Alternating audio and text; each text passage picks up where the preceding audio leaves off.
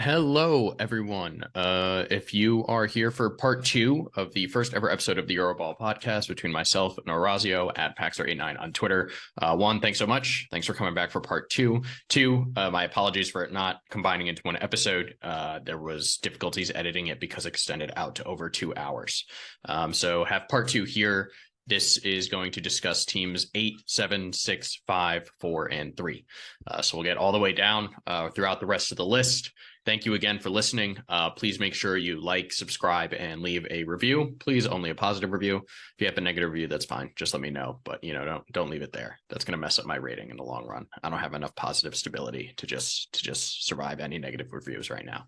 But yeah, please do so. Like, subscribe, leave a rating on whichever platform you're using. A reminder, you can follow me on Twitter at Bernucca, and then find my work writing wise at Fansided NBA, where we have an international basketball section where we provide weekly EuroLeague coverage, as well as soon we will have the second edition of the International Basketball Big Board and some more NBA draft coverage. Thank you again for listening, and I hope you enjoy the episode. Take care. All right. Moving on from Partizan, who I had in ninth. I don't know if we said your ninth place team or we made. Yeah, it was Partizan too. It was Partizan too. Okay, yeah. So who do you got in eighth? At number 8, I have Maccabi Tel Aviv. Great. I got the same team. Go ahead, kick us off. Okay, yeah. Well, of course, for Maccabi, this has been a very unique season because of their situation. Internally, they cannot play their home games in Israel. They've been moving around the continent. They've been using Belgrade as the home base, and it's never easy in these situations. They took also a financial hit because of that, because they need to manage 2 different locations. There's a lot of more traveling involved, and it's been very complicated, and for this reason, I think they're also a team that is very hard to read and to predict, because in some games, you can clearly see all their offensive firepower. This is a very talented team offensively, and their backcourt is amazing between Lorenzo Brown, Wade Baldwin. They have so many good scoring options, and it's clear how much damage they can do when they're on, when their offensive night is good. But at the same time, there have been also a lot of games in which you can see all their defensive issue, the lack of connection sometimes between the players, probably the fatigue that is eating more because of all these extra traveling they've been having, and the fact of never playing in front of our own crowd, because even in Belgrade, of course, some of the games have been behind closed doors. It's been really difficult. But because of that offensive talent, offensive firepower, I still think that they are a team that they have the potential to be in the playoffs. They can be difficult to play against, especially when they're all connected, when they're all clicked. And sure, they still have several things to figure out defensively. I'm not sure they're going to be able to fix every one of their issues before the end of the season, even because, that's just how they play under Coach Katash. That's their style. It's gonna be difficult to see big changes from that perspective, but because of their talent offensively, because of players like Lorenzo Brown, Wade Baldwin, Bonzi Colson, all these guys, it's really difficult for me to imagine them out of the playoff picture. So that's why I have them in the 8th position. Yeah, I agree. I think if I remember correctly, their closing schedule is not that bad in the grand scheme of things. Again, like the caveat of they have no home court, which makes every home game more of a toss up than usual. But their closing schedule is not too difficult. They got about 5 out of 8 tough games there. Most teams have 6. So, some teams like Zalgiris, all 8 games are probably going to be tough. Yeah, look, I I saw Maccabi twice when I was in Spain. I saw them play in Madrid and in Baskonia, and it was the tale of two Maccabis. It was the tale of their two teams, right? In Madrid, the offense, they got off to a slow start. Their defensive intensity wasn't quite there. That's an issue they've always had. They're always going to have, right? I mean, Lorenzo Brown and Wade Baldwin are your backcourt. You're never going to lead the way on defense. That's just reality. For as talented as those guys are, that's not how they're going to impact the game for you. But like, they figured it out, and their thing is, every night they need two of Brown, Baldwin, and Colson to have a good game. Two of those guys are playing well. They kind of have their floor, and then it's like, can they find the fourth impact guy somewhere? Is it one of these games where Jake Cohen grabs, 6 offensive rebounds, is just creating extra possessions that gives them the slight little edge they need to hang in the game? Is James Webb knocking down his open threes, right? Like, that's what happened at the game in Madrid that I was at. He was shooting the lights out that night. I think he was like 5 of 8 or something like that. When they have that, when they have 2 of their main 3 guys playing well and someone else grabbing them the extra offense, they can beat anybody. They can beat the talent's there. They can beat anybody. As we said, it's a difficult season. A lot of things out of their control have hurt them. There's nothing else they can do about that. And they were 1 win away from the Final Four last season. They're probably not going to be able to get there this year. A team like that, a team like Maccabi, is just always going to need their home court to have a high level season, and they don't have it. It's the harsh reality of what they're going through. I like them. Like all the teams, I'm going to keep saying it, I don't want to see them in a playoff series. I don't want to have to game plan for Lorenzo Brown and Wade Baldwin 3, 4, maybe 5 times. But without that home court, I think they squeeze in. The schedule isn't too bad. What they're capable of, you're going to take it from there. Hopefully next season things kind of normalize and they can still keep some of the same core. I think it's going to be tough. I asked Coach Kadash about that at the game in Madrid. He talked about how important keeping their core was for their ability to be even moderately successful this season. It was the main thing he underscored. Like, the only reason they're still competing is because most of these guys were here last year and know how to play with one another. In the face of everything that's happened, I wouldn't be surprised if we start to see some of these guys split in the offseason, especially if there's not clarity on what is coming for the following season, which is tough. And they're going to have to bounce back from over time. All right, so let's move to 7th. I'll kick us off here. I have Bologna. So Bologna has had very impressive season. They have completely shocked my preseason expectations for them, where I had them, not even in the playing spaces, probably barely competing for them. Look, I just thought, looking at their roster, heading into the season, I had question marks about Shengelia's ability to really lead a top level EuroLeague team, right? Like, when he was the best player at Baskonia, they were squeezing into the playoffs. I was like, that's probably this team's ceiling. Their guys are getting there in age. They added Bryant Dunstan, who's been great, but they added him and it was like, 36, 37 years old. Does he still have it? Daniel Hackett, continues to defeat Father Time and be special, but again, he was 35 heading into the season. Marco Bellinelli, 37. They were just dependent on a lot of things that didn't seem like it seemed like it was a lift for all of that to click in the face of hiring a new coach less than a month before the season started, right? Like, you needed all these things to go correctly, and you added a brand new head coach on top of that who didn't even really get to work on assembling the roster. But they got off to a hot start out the gate. They had the losses Algiris, but then they figured it out from there. My biggest question mark about them was always, who's the perimeter guy down the stretch? Because we know Shengelia can't be super reliable in that spot. We've seen it happen too many seasons. He likes too much of his offense out of the low post. It can get defended easily late in game. Hackett's a good offensive player, fine offensive player, but he's not a scorer. You're not going to give him the ball and say, go get us a bucket. Bellinelli, movement shooter, again, not an ISO guy. They're not going to get it from their center play. So it was like, where is this offense going to come in? It started with Cordigne. He was awesome to start the year. He slowed down a little bit, but, Cordigne is still a young player. I think future, he is at least an elite EuroLeague wing, for most of his career. He's another guy who he might reach NBA level, if the 3-point shot gets there. Fantastic player. their real big X factor has been Iffy Lundberg, who, funny enough, they were trying to move on from in the summer, right? I'm sure you could touch on that more, but we know Scariolo kind of wanted him out and wanted to bring someone else in. It was one of the driving factors of his frustration. Lundberg's been their guy late in game, who they can kind of give the ball to and say, hey, 8 seconds on the shot clock. We tried pick and roll twice, didn't work. Nothing else is happening. We're just going to clear out, get to your step back three or get to one of your kind of like falling runners in the lane. They've fallen off in the second half of the season, which, I think was predictable for some of those reasons we talked about at the top, right? I mean, they're still really dependent on Hackett, Bellinelli, and Dunstan, like 3 guys in their mid to late 30s.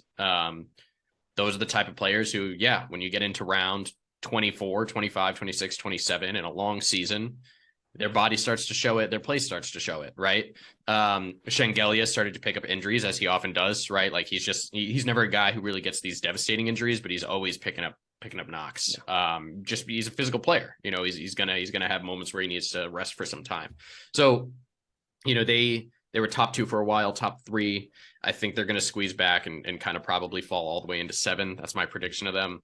This has still been, no matter where this ends, this has been a great season. Luca Bonchi's done a fantastic job there. It's really been impressive. Hopefully they're in the playoffs and really kind of secure themselves going forward for another EuroLeague season, because I want to see where they take it from here. But I like it. I just, they're going to end slow. Every EuroLeague season, there's one of these teams who's like really at the top for the first half and falls off. Baskonia fell out of the playoffs entirely last year after being, second place at the halfway point. I don't see Bologna having that deep a dive, but it's been clear in watching them, and they tried to add some depth to address things, like Zizic was a good pickup. I don't think he fixes a ton, right? Like he doesn't really address issues. He's just kind of a talent add, which is good. They need that, with Dunstan's age and question marks about his ability to stay on the court. They added Lomas, who he seems like a fine player. I don't think he's a EuroLeague player. I'm just going to be honest. No disrespect to him. I get trying to move for that perimeter guy, but it's just, and I think it's shown, he hasn't gotten a lot of playing time in the rotation since he's come in. So I have Bologna 7th. Who do you have 7th? If it's also Bologna, feel free to pivot to them or feel free to jump in on something else. I have Fenerbahce at 7. But regarding Virtus, I perfectly agree with what you said. It's been a tremendous season for them, considering what were the kind of the expectations at the beginning. So many turmoil at the beginning of the season with the firing of Coach Scariolo right before the beginning of it. The off season where there was some level of disconnection between what the coach wanted, what the front office wanted, so the expectation at the beginning weren't so high, but Coach Banchi came in and he embraced the situation and he did a fantastic job. He turned around the situation, as you said, especially in the case of Lamberg. It was pretty much out of the door this summer. Several teams came calling. They were willing to take over his contract, and Virtus, was trying to lower the salary a little bit. They cut off some of the bigger salaries in order to limit the spending a little bit, also to attend the EuroLeague rules in terms of salary cap, salary rules. And Lundberg turned into that X factor that they were looking for. They were looking for this kind of closer that could decide the games in the clutch moments. It was something that they didn't really have last season. And Lundberg turned into that player. It was a key factor in at least 5 EuroLeague games at least. And he's been amazing coming off the bench to give that offensive spark that they need. And offensively, they've been played really, really good basketball this season. Coach Banchi has this system where everyone, really shares the ball. There's much more connection between the players, which is something that probably was one of the weak points last season, because at some point it was clear that there was some level of disconnection between Coach Scariolo and at least a few of the players on the roster. And I mean, I still I have them in sixth place in my ranking. Because despite the fact that they're slowing down a little bit, which I think is natural, because as you said, they rely a lot on veterans like Bellinelli, Dunstan, Hackett, and for guys of that age, it's only natural that at some point during the season you're going to have a down moment. But I do really believe in their offensive game, in their ability to play together, and that's why I have them a little bit higher than Fenerbahce. Yeah, for sure. And that'll be a good segue, because I have Fenerbahce sixth. So we can get into them in a sec. The other thing on Bologna that actually has been, I don't know the data on this. I need to try to track it down. They are a really impressive team in their sideline out of bound and baseline out of bound plays. They get so much offense there. And it's because of Bellinelli, right? Like, they could just have him come flying off a screen, and even if it's a tough shot, he could still make it. Like, that helps. But they've got good stuff coming out of those baseline out of bounds, sideline out of bounds scenarios. And it's really been like an equalizer for them, as they don't have that huge offensive weapon anymore. They had Teodosic last season. Like, that has really brought them even, like that, with Bellinelli shooting generally, and what Toko can still do in the low post. And as a passer, by the way, like, Toko really, like, he's creating for teammates more than I've ever seen him do before. That's really been impressive. All those things with Cordinier's improvement has made them a very solid offensive team, really good and reliable on that end of the floor. And I just didn't see it, heading into the season. I just looked at it. And again, like, you put all those question marks, and then you throw in like, oh, brand new head coach on top of it. It so rarely goes this way. It's really a testament to the work Bonke's done, and the buy-in from the players, just saying, look, it's been weird, but we're going to put our head down and play basketball. All right. So why don't you kick us off with Fenerbahce? Because I've got them sixth on my end. You've got them seventh. Let's do it. Yeah. So I think they needed that spark that at the beginning Jasikevicius brought in, because with Cauchi too, these things were stale at some point. Some players were complaining about the lack of offensive schemes and stuff like that. And they needed a new voice, I believe, in the locker room. And it was clear when Jasikevicius came in that they needed that a little bit of fresh air with a new head coach. Sure, Jasikevicius can be as tough as Itudis, when it comes to how he deals with players, how he treats them. He can be very hard coach, just like Itudis is, but I think that Jasikevicius brought in a little bit more of offensive creativity, and he gave them a little bit more energy that they needed. But I also believe that, especially in some of the last few games that I saw, that spark is starting to lower a little bit in terms of energy. They made some questionable games over the last few weeks. I haven't seen them as good as they were in the first few weeks under Jasikevicius. Some of the players, I think, they've been keeping, a little bit out of the rotation. Like with Jasikevicius, I don't know where Jan Madar is heading. Like right now, it looks like he's been cut off of the rotations a little bit.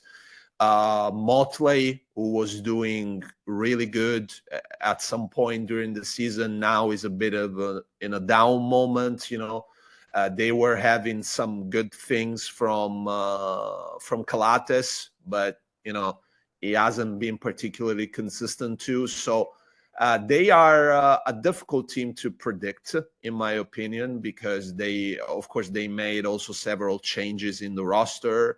But that's why I had them a little bit lower than Virtus, because I still don't completely understand in which direction they're headed. There's definitely talent. There's definitely depth also in some departments of the roster. But at the same time, I don't see enough consistency to put them in a higher position. Yeah, that makes sense. Look, I think part of I can just I'm partially biased in my assessment of Fenerbahce because I was really in on them coming into the season. I had them in the top 4, making the final 4. They have a really deep roster. Like that is the number one thing that stands out. There's like 12 really solid EuroLeague players there at minimum. When you look at it, and it's just like, even because you're gonna have injuries in the EuroLeague season, it's like they got guys to step in and fill roles. They have people to be reliable. Motley was, I believe Motley was all EuroLeague last year, was he not? Or close to it. He had a really strong season. He was coming back. There were definitely question marks about the point guard play. There was a whole thing they wanted to push out Calathes. But I liked when Eric McCollum brought up on your bonus podcast BasketNews when he was like, Calathes, man, you get to that age and the club comes to you and says, hey, we don't think we're going to play you. At that age, you're like, that's fine, man. I'll take the money. I'll be here if you need me. He's like, you're in your 20s. You want to go find somewhere and play. When you're in your 30s, you say, no, that's fine. Keep cutting those checks. I'll sit here. That's not a problem. That was good stuff. But yeah, I mean, like, the wing talent they have, like Dyson Pierre, Nigel Hayes Davis, wing forward talent, I guess I should say. That always really stood out to me. Having Tyler Dorsey and Marko Guduric. Look, I know Marko Guduric has his flaws. As people have joked, like, if you have him and Milos are the same guy. Like, hey, if he's on your team, like, he's running the show. It doesn't look like Marko Guduric would wave off Kevin Durant, right? Like, he would be like, nah, man, I got it. Don't worry about it. But he's provided offense. Agreed on Yamadar. He's been up and down. Tyler Dorsey has had injuries and struggled to find that consistent role. Papagiannis was a guy who was playing really well to start the season, was a stretch 5, was shooting the ball really well. That's kind of fallen off. So I'm with you on the struggle with consistency. I think a big part of the reason Jasikevičius brought such an early boost was because the talent was there, and a new coach steps in the door, wipes the slate clean. Everyone's trying to prove themselves all over again. Yeah. And that gave them a lift. It let Jasikevičius figure out what he wanted to do. They had a really great run. Now other teams have figured out what they want to do. And it's tough to adapt. He doesn't have a season. They don't have enough practices. He didn't really put this group together. So as teams have figured them out, they have struggled to make it, kind of find that next level. How are they adapting to teams' adjustments to them? I still like how it looks. I have them 6th, I think, just barely on a tiebreaker pretty much. And then, I still think they can make the final 4 from where I have them in 6th. They could probably do it from 7th as well. As we discussed, that roster is really deep. It is going to be a true handful for whoever runs into them in the playoffs. We talked about Partizan and Baskonia being a difficult matchup. There's truth to that. Fenerbahce, even if you have them as a lower seed, that's probably going 5 games, right? Atudas did it last year against Olympiacos, who was the best team in the regular season. They pushed them to the limit. Everything they have to make a playoff series competitive is there. So I think everyone wants to avoid them. I have them just barely squeezing ahead to 6th and sneaking into the last locked in playoff spot. All right, so let's move. We got 3 teams left. Number 5, I have Panathinaikos. Who do you have at 5? I have Olympiacos. Okay, all right. So that's who I have at 4. So I'll start us with Panathinaikos. Look, it was a fun summer, right? Ataman came in. They brought in a brand new roster. Look, I say this, I hope this doesn't alienate any Olympiacos fans. Look, having a good Panathinaikos team is good for the EuroLeague. I love it. I like watching a packed Oka arena. I like watching their talent. It's great quality stuff. In terms of what's happening on the court, it's been fantastic because some of the players they've added have brought in even more to the game. Lazort, for example, he came in, we all knew what he was capable of. He's making the right reads out of the short roll. Ataman loves that spread pick and roll offense. That's his bread and butter. That's why he wanted Slukas. That's why he wanted Nunn. That's why he wanted Grant. That's why he even wanted Vildoza, right? That's why he wanted all those guys. He can give them the ball and say, just keep running pick and roll, keep running pick and roll. My concern, and we saw it early in the season when they were at a slow start, was, teams would occasionally ice or bring multiple defenders to the ball handler, force them to find Lessort in the short roll, and the decision making was not there yet. He just didn't know where the shooters quite were. He was very one dimensional. He was making the decision before he got the ball. He would put it on the floor and get to the rim, but the defender's already there, or he's making a pass that is actually covered. But he's found that rhythm. He's figured it out. He's making the right reads, and they're spacing. Grigonis, Grant, who I don't know where he is, but last time I talked about Grant, he was 95th percentile in spot up, for EuroLeague players. He's been incredible. Grigonis has had a really strong season. They come off the bench with more of the same. I really like how this team looks heading into the closing stretch. Ettore Messina, when he said they're the second best roster in EuroLeague, in my opinion, I don't think that's a hot take. I think there's a lot of truth to that.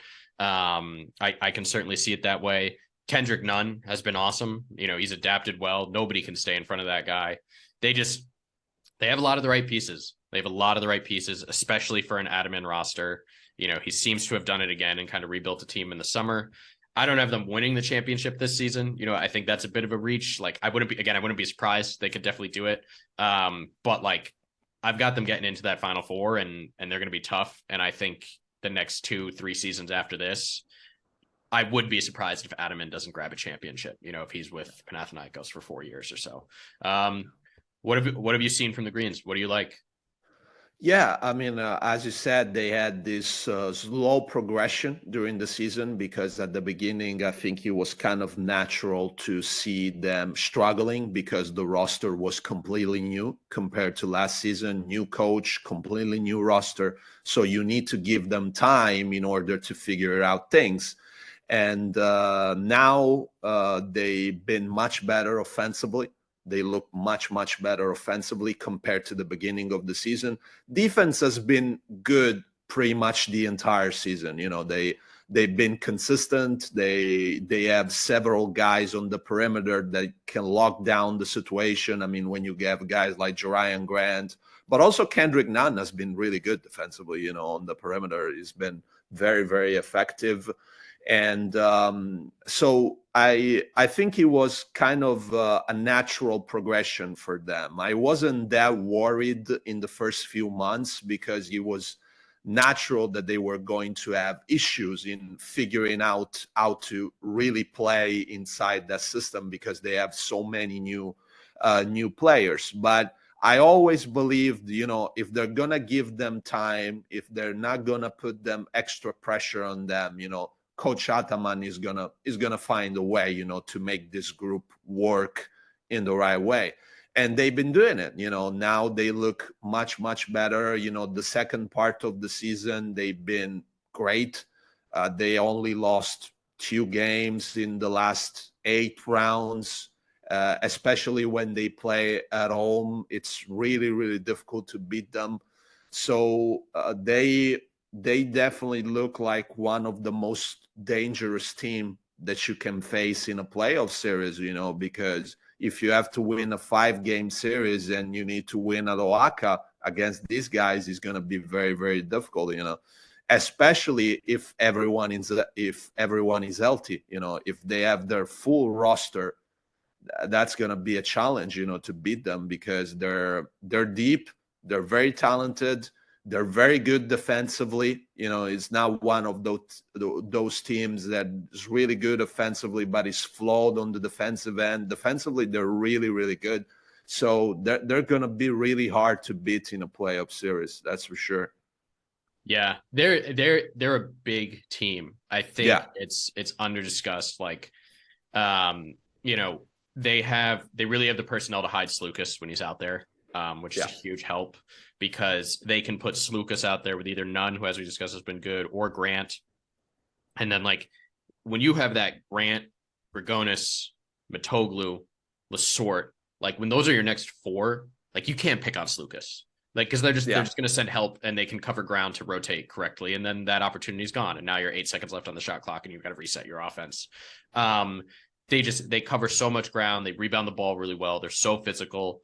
I like what they do defensively on these perimeter players where you kind of see when you watch them, they almost kind of like bait them into the lane and into an attack. They kind of let them get in there, and then they just collapse, and like they bring all their length and strength and surround you, and it makes it very difficult to make the right read out of it. They've got great recovery times. Grigonis covers ground, Grant covers ground, even Matoglu like moves decently, like Yeah. he looks a little clunky, but like if you actually like, he's covering ground just fine. His shot has fallen off a little bit. He had a really hot start. He's kind of normalized. It'd be a huge help for them if he can kind of get back to really shooting the lights out like he was early in the season. Vildoza seems to have found his rhythm a little bit over the last month or so. Like, I hope that stays after this break. Yeah. He seemed to kind of really start to figure out how he worked as the bench guard. Hernan Gomez too, like if they have all these pieces clicking, like I do think they're right there with Real. But all right, so you got Olympiacos. That's who I had in fourth. You've got them in fifth. Let's go ahead. Let's talk about Bartzokas' team. Yeah, of course, it's been a little bit of a difficult season for them because they had to make several changes during the summer. They lost key players like Bezenkov, and they had to, in a way, change a little bit their style of play because with Bezenkov, of course, they were offensive oriented towards him, because when you have a guy that he can do so much without holding the ball too much, everything becomes much easier. And just like Panathinaikos, I think that especially in the first part of the season, they needed time to figuring out what they were becoming, as a team, because some of their additions during the summer, they were struggling a little bit in the first part of the season, but now they look much more in sync compared to the first part of the season. They look much more in rhythm. Key players that at the beginning of the season they weren't looking particularly good, now they look much better. Just like Walkup had a kind of a slow start, and then he became better and better. And one of the main issues, of course, was also the injuries, because they had a lot of struggles with injuries this season. There were moments during the EuroLeague regular season in which they had very short rotation because of all those injuries. Now the situation is a little bit better. They have found again McKissic, who is a key player for them, especially on the defensive end. And I just personally, I just trust a lot the fact that Coach Bartzokas will put all the right pieces together when it comes to playoffs time, because it's a very good coach. I've always liked his style, how he coaches his teams, and I just have a lot of confidence in him. I put Panathinaikos ahead of them because they have a little bit more talent overall, in my opinion. But in terms of pure team skills, I think Olympiacos is a bit ahead of Panathinaikos. Yeah, I definitely see some of that. I couldn't agree with you more in that, like, so much of early in the season was they were figuring things out, and then guys got hurt, and it's like, how do you figure things out when a guys have hurt? Yeah. Bartzokas has a rotation and a game plan, and guys are injured, and he's drawn up a new rotation and game plan every night. I think, Alec Peters has been fantastic. They just extended his contract. I think that was a really good move because, look, I don't know what's actually happening, but I'm sure NBA teams were sniffing around Alec Peters a little bit and wondering, what his plans were for the summer. I mean, he's just a great spot up shooter. He's added a little bit more to his offensive game. He's been fantastic. Look, the guy who I really love there, and I think maybe it's just me on this, and I personally haven't given him enough credit over the years, but Mustafa Fall. I mean, I think maybe it was just me and I was late to recognizing this skill. His passing is like, it's a game changer because he's so tall and he can catch the ball so high that it's very difficult to cut him off when he's in the pick and roll or in the post. And if you don't bring help in those scenarios, he's going to be able to get himself a good look because he has a size advantage. And if you do bring help, he's ready to make the right read, and he hits guys perfectly in stride with his passes. It's really impressive. You know, what they've missed this year without Vezenkov and without Slukas is that super reliable kind of like off the dribble scoring threat. You know, if Vezenkov, not so much. Vezenkov brought offense in different ways, obviously, but like they haven't still, and I still feel like they don't have their reliable, like, hey, go get us a bucket. You know, like, just please go get us something. Like when the Bartzokas ball isn't working, when they kind of zip the ball around and a team is nailing all their rotations, they can struggle to create some more offense. Isaiah Kanan's been that guy a little bit this year. He's had some big games. He's been able to create his own shot, set himself up for some step backs. But like Bartzokas doesn't want that. Like, I think he does not want them just like leaning on Kanan late in games for offense. You know, like the one season where he was at Kazan, Kanan, like, and they really tried to give him a lot more ball handling responsibility. He struggled. Like that's not where he's at his best. He's at his best as a catch and shoot guy and kind of expanding his offensive game from there. He could do it. McKissick has been huge because like Brezdeikis has just not worked out so far. I think there's a little both sides to that. Like Brezdeikis definitely could have played better. I think he's warranted some more opportunities. I just personally think it's weird to drop a buyout on that guy and sign him to that contract and like not really give him some sort of consistent role, especially when there were some of those injuries early in the season. Maybe I'm missing some things there, but you know, I thought he warranted a little more tryout, a little more run. And he just hasn't gotten it. But McKissick has come back, and McKissick has brought some of that slashing. He attacks the rim, brings defenses in, and opens up the rest of the game. That's been a huge help to them. You know, I think we're in a similar spot. I mean, it sounds like we both have them 4-5, right? Like we've got Olympiacos, Panathinaikos 4-5. Yeah, like that. Look, as long as I don't care where it goes 4-5 because I just want that playoff series. Yeah. I just want that playoff series. Absolutely. Yeah, I think if that happens, we're getting 5. We're getting 5 Greek derbies, and it's going to be incredible. You know, I think I have Panathinaikos 5th, but I would give them the edge in a playoff series. I just think like I said, they have more reliable ways to get offense in tough spots than Olympiacos does. That's what this team is still missing. Olympiacos has a lot of depth. They've added guys because of those injuries during the season, but I think in a playoff series, the depth matters less. We've seen Ottoman. There were times Ottoman at FS cut his playoff rotation to like 7 guys. Yeah. You know, like he played 2 guys off the bench. Like I think he'll do the same with Panathinaikos if he feels he has to. And I don't know if Bartzokas can do that with this Olympiacos team. I think there's still too much every night they're going out there, and he's kind of trying some things out to see who can give them that kind of final offensive burst to make sure they have it on that end. But I'm excited for the playoff series. I'm excited for the playoff series for sure. So let's see. So I guess that would mean to close, we both have Monaco 3rd. Yeah. Monaco 3rd. Yeah. Yeah, absolutely. Look, Monaco's good. Like that, they're definitely good. Like, I don't want to discredit that, but a big part of why I'm 3rd is like their final 8 games are a joke. Like they played really great basketball leading up to this point. Like, so again, like, I'm not discrediting them. You know, they deserve to kind of be in this position. They've been playing really good ball lately, but they close with Barcelona away, which is going to be tough. But then they've got Red Star at home, Alba Berlin away, Milano at home, Valencia at home, Asvel away, Zalgiris at home, Bayern at home. Like, they could lose that game to Barcelona and then very likely win 7 in a row to close the season, which, like, that's just going to put them in 3rd place. They're going to be in a strong enough spot. Mike James has an MVP case. He has found even another level offensively this season. You know, he's always been this impactful isolation scorer. We've known that. That's been Mike James from, you know, when he first stepped on the court here overseas. But he is shooting and making 3-pointers at a higher volume and higher efficiency. It's really impressive. He's found a new gear in that part of his game. He's doing it really without the secondary guard offense he had last year, which has been like Elio Kobo has had his struggles. I think if I remember, he's had some disputes with Obradovic, right? Like, he hasn't been perfect. Kemba was like, you know, Kemba was always a bit of a glamour signing. But I like Kemba. He's a very good guy, fantastic player, but we all know where he's at this point in his career. Jordan Lloyd just hasn't been the same since the back injury. He hasn't found his rhythm.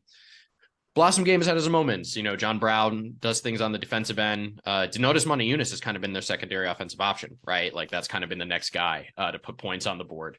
They've got Dante Hall off the bench.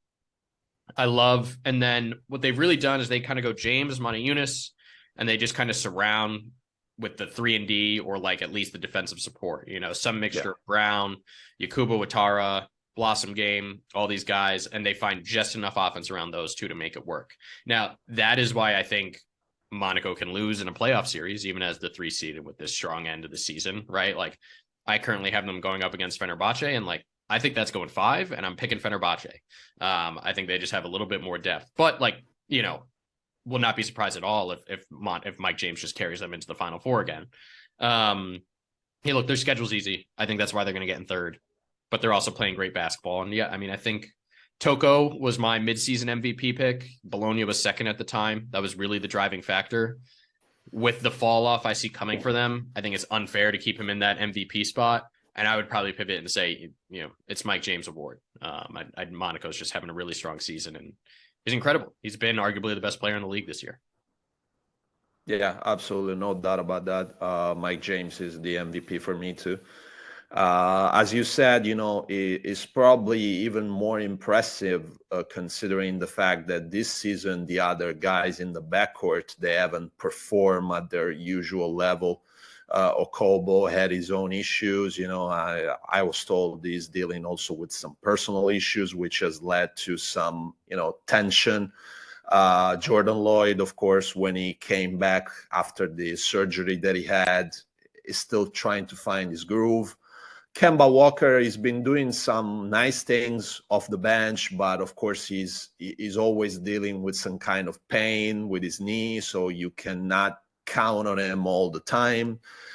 He's been more of a locker room presence actually than a real one on the court, to be honest, because I was told his presence in the locker room has been really good. He's been a really positive presence, but on the court, of course, his contribution has been kind of limited. So, and when you take those guys away, it's not like you have a lot of other scorers in that team aside from Mike James. I mean, Motiejunas can do some, of course, but the other guys are more like energy, defensive-minded guys. John Brown, Donta Hall, Yakuba Ouattara, Matthew Strazel himself. Those are guys that bring energy, but they're not exactly scorers. So the main concern for them during a playoff series is that one. Like, if Mike James has a night in which he's not Mike James, someone else has to step in. And up to this point, both Okobo and Jordan Lloyd, they haven't really been to that level, so that's the main concern for them. But they still remain a very talented group of players. They've been playing good. The only other thing that I think that can damage them, which is an element that has always been there with them in the past few seasons, is internal drama, because there's always something cooking inside the locker room for whatever reason. Mike James got suspended last season. Eli Okobo got suspended this season. There's always some thing that is going on inside the locker room that can damage the internal chemistry. But overall, this is a very talented group of players. They deserve the position in which they are. I agree with you that with the remaining schedule, most likely they're going to end up in the 3rd spot at the end of the regular season. So I still have a lot of confidence in them, mostly because Mike James, in my opinion, is the best EuroLeague player, period. But let's see what they're going to bring in a playoff series, because there is some, I would say, level of concern as of right now regarding their roster. Yeah. I mean, look, if I was an opposing coach and I drew Monaco in the playoffs right now, I would be like, we're blitzing every Mike James pick and roll. Yeah, we are running a second defender at that time, at that guy every time he goes into ISO. We're going to make him move the ball. And then, we're going to see what their next move is. And we'll figure it out. And if they come up with something that works, then maybe we'll backtrack on this approach. But it's the 2018 finals, like Cavs were like, that's what the Warriors started doing to LeBron. That was that Cavaliers team that, no Kyrie, Love had just come back from injury. They Let just the other guys beat us. Yeah. They were just blitzing every single LeBron pick and roll. They said, get the ball out of his hands and let's see who else is going to make plays. Yeah. And look, maybe they figured out, Kobo finds his form, Jordan Lloyd finds his form, Jaren Blossom game plays like Euro Cup, Jaren Blossom game, right? Like there's things that could happen. They could still be fine. But if I drew them in a playoff series, that's what I'm looking at. You flagged Yam Madar and Fenerbahce, and I'm thinking in my head that I have the Monaco Fenerbahce matchup. Maybe that's what gets Madar back in the rotation, because he's probably a good Mike James defender, right? A lot of things could happen there. So look, that closes it for us. We're pretty much the same on most of these. It's going to come down to tiebreakers. It's going to be a fun end to the season. As I've said, everybody bookmark that round 30 Baskonia Partizan. That's going to be everything for those final few play-in spots. Maccabi keeps winning games. They'll probably squeeze in. We'll see who figures it out between Bologna and Virtuous. And then, look, hopefully we get Olympiacos, Panathinaikos in the playoffs. I think everyone deserves it and is ready for that. Yeah. Orazio, thank you for the extended stay, my friend. This has been over 2 hours, just so everyone knows. I asked for an hour of Orazio's time, and he has been generous, as always, and been willing to stay on for longer. I think we'll keep this one episode. I may break it up into two. I'll let you know how I decide to edit it on the back end. But before we sign off, Orazio, anything to plug? What's your Twitter handle? Where are you working at? What are you working on right now?